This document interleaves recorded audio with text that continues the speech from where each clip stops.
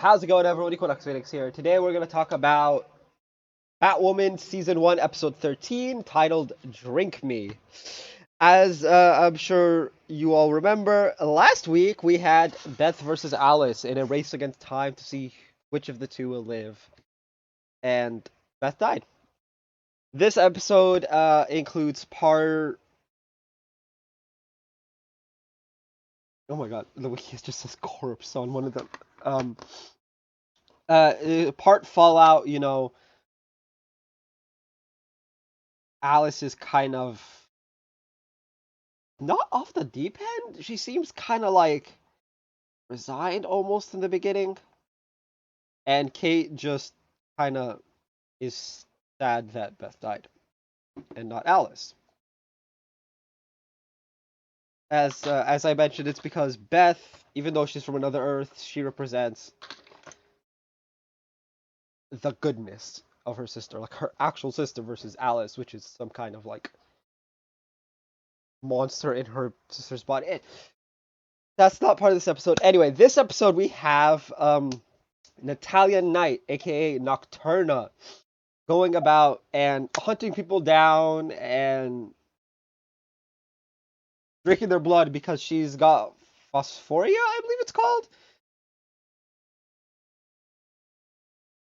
Porphyria. Porphyria. Uh, which makes it so she can't be exposed to sunlight and her kidneys have trouble cleaning her blood. Because of this, apparently she's just a little older than I am. Huh. Well, because of this, she needs other people's blood to survive. And so she's going around through clubs, hunting club goers, capturing them, hanging them in this weird, like, contraption looking thing, and draining them of all their blood to keep herself alive. I'm not going to say that this is a good thing. There are other ways to keep yourself alive, like go see a doctor for one. Just get yourself hospitalized is probably the best way to go about it. Just be like, I have porphyria. I can't survive without blood. Can I please be admitted? I'm sure she has, you know, like a permanent. Like there are people who live in hospitals that they're stuck there forever. Like it is a thing. She made a wrong decision. Um, but yeah. So she goes at now. Alice discovers that Mouse is missing. Right? She discovers Mouse is missing, and goes and confronts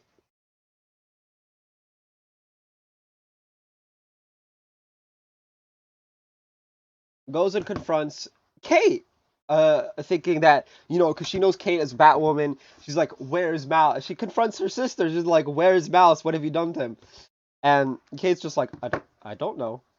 This happens while Luke, Kate, and technically Mary are trying to trap Natalia because they're trying to figure out who Natalia is. Um, they're like, "Oh, who's Nocturna? Who is she really?" Like, we need to stop her. They're doing the hero thing. So Alice goes and crashes the party at Kate's club. Sort of. She just stands outside and stares at the camera until Kate comes out. And Kate says, "I don't know." She doesn't know where Mouse is. And so the Wonderland gang, of course, find the file on August Cartwright, or his pseudonym that he used to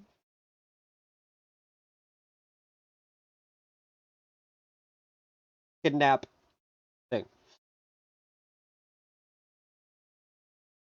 Now, kidnap Mouse. I don't know why I said thing. Of course, you guys know what it's like. She's like, "Oh, well, what do you know?" Because she figures out that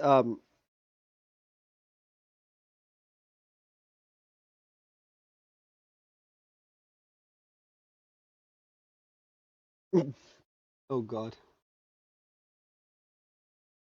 Anyway, so she figures it out, and in all of this, Alice gets kidnapped by Natalia, and she sends Natalia after Mary, but then she goes and saves Mary. Obviously, Kate confronts Alice afterwards and is like, I pretty much saying I've like that, she's not dumb enough to believe Alice anymore, and like she's just done with her. But then Alice at the very end claims, "What if I don't want you to give up on me?" Which I find interesting. It's like, wait, I swear the way they've written Alice that whatever's left of Beth is gone, but maybe not. It's interesting because that like, wait, so is Beth not completely gone? Also, apologies for the lack of facial hair on my face. I had to shave because my skin's a little. It got dry like right here on my beard. But yeah, it's just like, wait, so Beth is still in there somewhere? Will we see an Alice redemption? Will we still essentially have a good Beth, even though the good Beth died? Ooh, the questions. Who knows? Now, of course, with shows like this, there are multiple storylines going on. Turns out, when earlier in the episode, when Sophie helped Kate escape when she was tied up by Nocturna, it was caught on camera, and now Sophie's in trouble with her boss, whose name I forgot, Kate's dad. It's just like, yeah, I don't remember. Jacob Kane, yes, Jacob. Old Commander Kane. Yeah. Apparently he didn't feel anything at seeing his daughter dead. That was a thing at the beginning of the episode. I definitely didn't gloss that over. I was waiting to say it now. But yeah, he apparently does not feel anything over the fact that he saw his daughter's dead body. Yeah, I question a lot of things going on in Jake. He seems to be very what's the word? Not all right in the head. Like it's weird. Like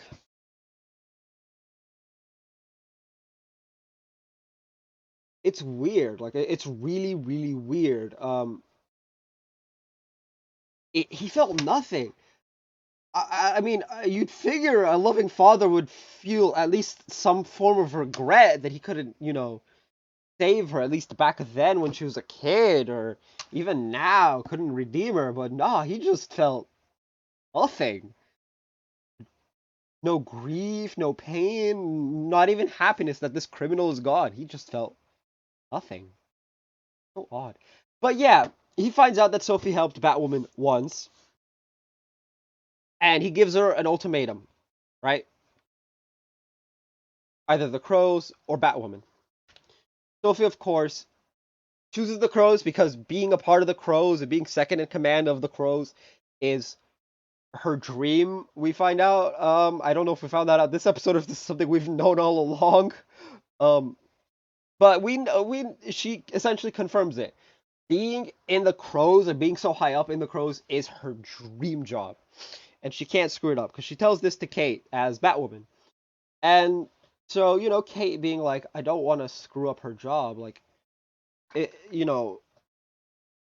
Kate is a good friend, even if they are exes, they're still good friends, quote unquote. They have a rocky friendship, but Kate is still trying to be at least a good friend to Sophie, so she's like, okay, I will stay away. Sophie just like, no, let's just end the episode itself ends with the two of them making out, and I'm just like, well then, I thought you guys couldn't be seen with each other. Like, is this a bit risky? Oh, and Mary figures out that Kate is Batwoman. You are so Batwoman, she says, because she was watching a news report on how Nocturna kidnapped people with ketamine, and obviously earlier in the episode when she was